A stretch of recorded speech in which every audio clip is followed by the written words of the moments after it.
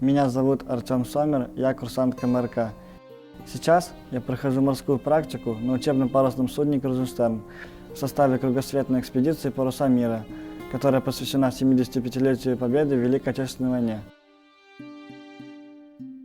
Мой прадедушка Андрей Васильевич Сомер принимал участие в обеих мировых войнах и прошел путь от простого прапорщика до генерал-майора танковых войск.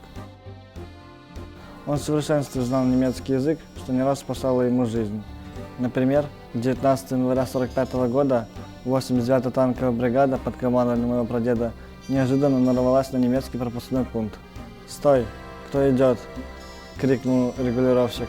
Тогда мой прадед на чистом немецком ответил: «Танки полковника Сомера идут в Гросс-Кайзгерен». Колонну пропустили. Когда немцы увидели танки Т-34, они поняли свою ошибку, но было уже поздно. Блокпост обезвредили без единого выстрела. 19 апреля 1945 года мой прадед получил медаль и звание Героя Советского Союза.